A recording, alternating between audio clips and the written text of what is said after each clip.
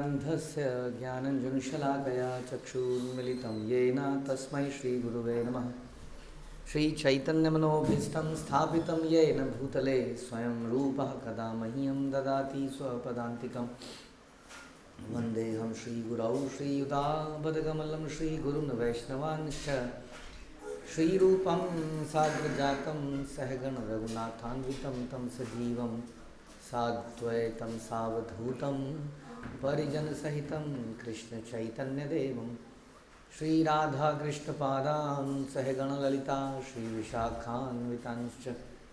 हे कृष्णकरुणासिन्धु दीनबन्धु जगत्पते गोपेश गोपिकान्त राधाकान्त नमस्तुते। तप्तकाञ्चन गौरांगी राधे वृन्दावनेश्वरी वृषभानुसुते देवी प्रणमामि हरिप्रिये। वाञ्छाकल्पतरुभ्यश्च कृपासिन्धुभ्येव च पतितानां पावनेभ्यो वैष्णवेभ्यो नमो नमः।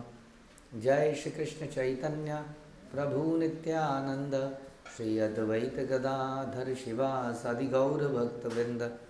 हरे कृष्णा कृष्ण कृष्ण हरे हरे, हरे राम राम राम हरे हरे। नमो विष्णुपादाय कृष्णप्रेष्ठाय भूतले श्रीमते भक्तिवेदांत स्वामिन्निति नामिने। नमस्ते सारस्वते देवे गौरवाणी प्रचारिणे निर्विशेष शून्यवादी पाश्चात्य देशतारिणे। हरे कृष्णा। भगवद गीता अध्याय 11 विराट रूप, श्लोक संख्या 28। यस।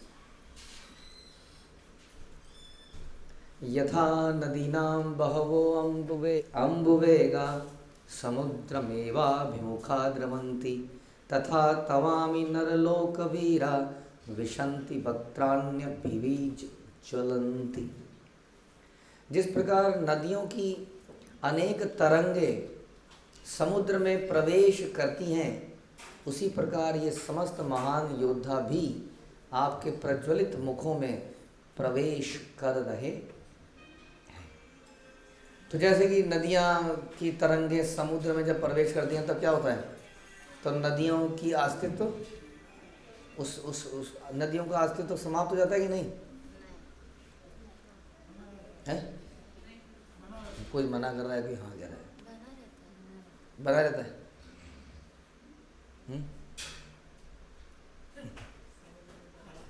जब एक बूंद पानी में गिरी, समुद्र में गिरी, पानी में गिरी, तो उसका अस्तित्व रहा। अच्छा, बूंद का नहीं रहा, नदी का रहा, ऐसा कह रहे हैं आप? बूंद का रहा, बूंद का रहा तो नदी का रहा, नदी का भी रहा। अब हो गया, अब बूंद का भी है और नदी का भी है।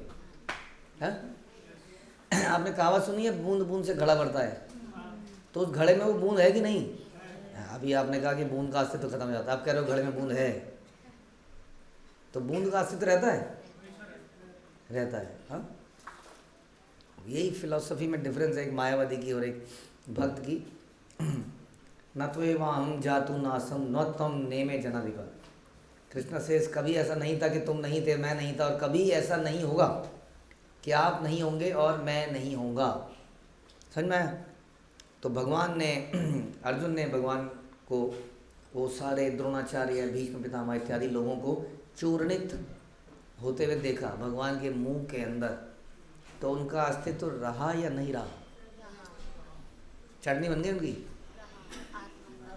आत्मा का रहा, आत्मा का फिर भी रहा। लेकिन आत्मा तो मुंह के अंदर, अब बाहर कैसे निकलेगी? वो तो गई अंदर। हाँ, निकलेगी, समय आने पर निकलेगी। तो इस प्रकार से जिस प्रकार नदियों की अनेक तरंगे समुद्र में प्रवेश करती हैं, तो भी वो तरंगे वास्तव में अपना अस्तित्व भी नहीं खोती हैं, लेकिन वो उस विशाल समुद्र में एक तरह से खो सी जाती हैं, ऐसा लगता है ना? नदियों का कुछ कंट्रीब्यूशन है समुद्र में, है और नहीं भी है। नहीं भी कैसे है? क्योंकि नदियों में बाढ़ आती है तो समुद्र में बाढ़ नहीं आती कभी। हर साल कितनी बाढ़ आती है बड़ी बड़ी नदियों में, क्या पता वो नदी समुद्र में ना जाती हो। 100%। सारी नदियाँ समुद्र में ही जाती हैं, समुद्र में ही जाती हैं। तो जो एक्स्ट्रा पानी आया कहाँ गया है ना, वो क्वेश्चन आ जाता है। इतनी बाढ़ आई, हो इस साल कितनी बाढ़ आई कि नहीं, कहाँ गया पानी पता नहीं। तो वो इतना विशाल है कि उसमें उसका पता ही नहीं चलता है। उस तरह से अनेक जीवात्माएं भगवान के शरीर के अंदर प्रवेश करती हैं। तो भगवान फूल मोटे नहीं जाते। जैसे हम 4 रोटी खाने लगते हैं या थोड़ा ज़्यादा खाने लगते हैं तो हमारा पेट फूलने लग जाता है, दिख जाता है हमारे अंदर, और कम खाते हैं तो सूख जाते हैं।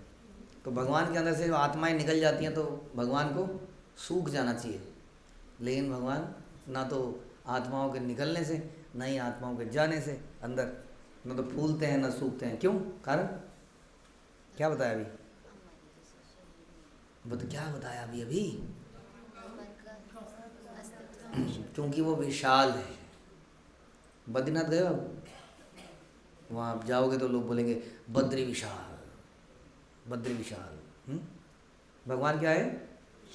विशाल है। समुद्र की तरह नहीं, समुद्र तो कुछ नहीं है उनके आगे। हाँ, हम जब हवाई जहाज में भी जाते हैं तो भी समुद्र जरा सा ही दिखता है, इतना विशाल समुद्र भी। हाँ, तो फिर भगवान कितने विशाल हैं। तो इसलिए निरंतर भगवान के अंदर इस प्रकार से जीवात्माओं का अंदर बाहर लगा ही रहता है, जस्ट लाइक उसमें कोई अंतर ही नहीं पड़ता। लेकिन उसके बावजूद भी वो जीवात्माएं अपना अस्तित्व बनाए रखती हैं, चाहे वो अंदर ही क्यों ना चली जाए। तो इस प्रकार से अर्जुन ने देखा कि जैसे अनेक नदियां समुद्र में जा ही जा रही हैं और कुछ परिवर्तन ही नहीं है समुद्र में, उसी प्रकार ये समस्त महान योद्धा भी भगवान के प्रज्वलित मुखों में प्रवेश कर रहे हैं, और कोई ऐसा लग रहा है कि कोई अंतर ही नहीं है। अब गन्ने की मशीन देखी हमने, गन्ने की मशीन में जो गन्ना लगाते हैं तो देखा आपने क्या होता है, वो जो लोहे के हैं वो थोड़े से उठ से जाते हैं, ऐसे ऐसे उठते हैं। हाँ, और जब गन्ना निकाल लेते हैं तो चिपक जाते हैं। थोड़ा हलचल सी होती है किसी मशीन में। आपने मिक्सी चलाई, मिक्सी तो मिक्सी जब शुरू में भर देते हैं हम तो घुर घुर घुर, थोड़ा पानी डालते हैं, हिलाते हैं, घुर घुर घुर, वहाँ पे घूमती है कि नहीं। तो माल ज़्यादा जाने पे कुछ होना चाहिए ना। तो कह रहे हैं भगवान के अंदर जब ये माल जा रहा है वो पता ही नहीं चल रहा कि माल जा रहा है। हाँ, और माल में कौन है? माल में बहुत बड़े बड़े माल हैं, ज़बरदस्त भयंकर, एक से एक, वहाँ बड़े लंबे चौड़े सारे, वो घुसते जा रहे हैं लेकिन कोई परिवर्तन नहीं है। भगवान के बिना मारे व्यक्ति मर जाते हैं। तो एक व्यक्ति के बारे में आप जानते होंगे, मोहम्मद अली, तोड़ दुश्मन की नली। सो ही वॉज ए बॉक्सर, उसका नाम था कैशियस क्ले। तो उसका वो फेमस था, जब वो बॉक्सिंग करने आता था तो थोड़े ही सेकंड्स में सामने वाले को नॉकआउट कर देता, लड़ने की जरूरत नहीं पड़ती थी। बॉक्सिंग में कई सारे राउंड्स होते हैं, राउंड 1 2 3 12 13 और चलते रहते हैं हम, लेकिन कुछ ही सेकंड में रिंग में आता था और 2 4 एक हाथ पड़ गया उसके तो ख़त्म है।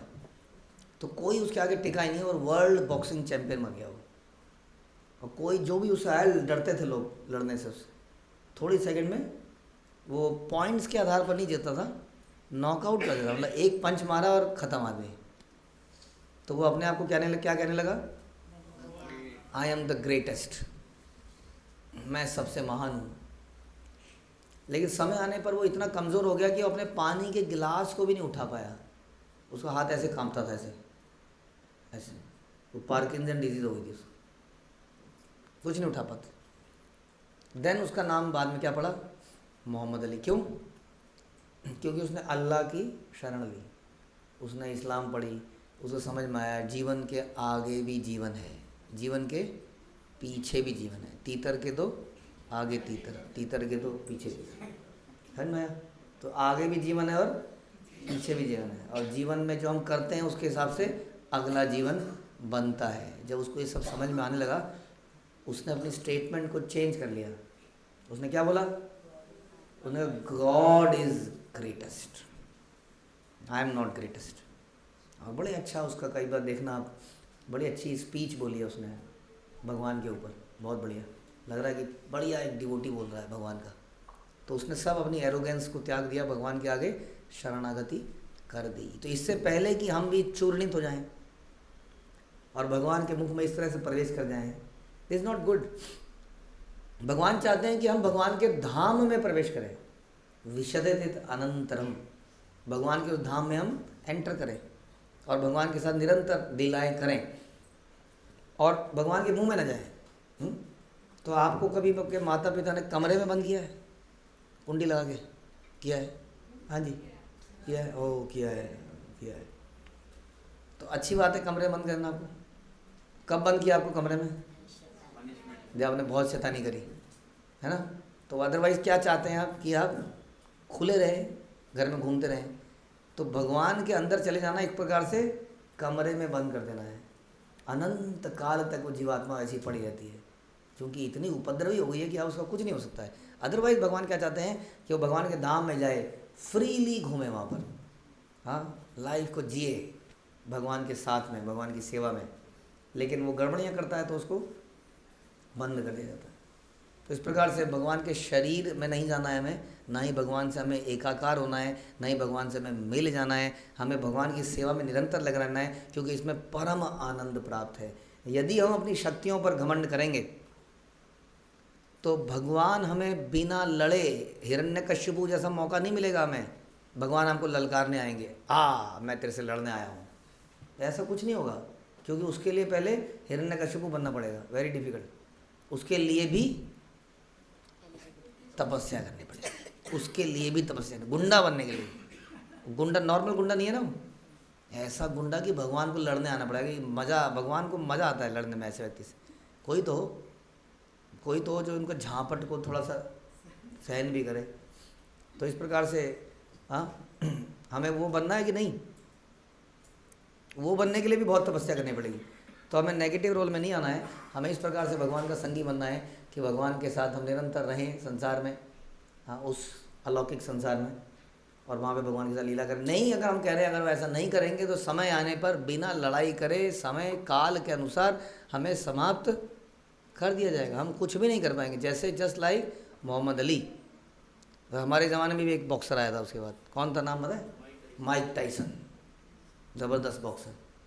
अब वेयर इज़ ही नाउ, पता नहीं कहाँ है, ख़त्म। तो इस प्रकार से बड़े से बड़ा शक्तिशाली व्यक्ति, बड़े से बड़ा धनी व्यक्ति संसार में एक दिन गायब हो जाता है, ख़त्म हो जाता है।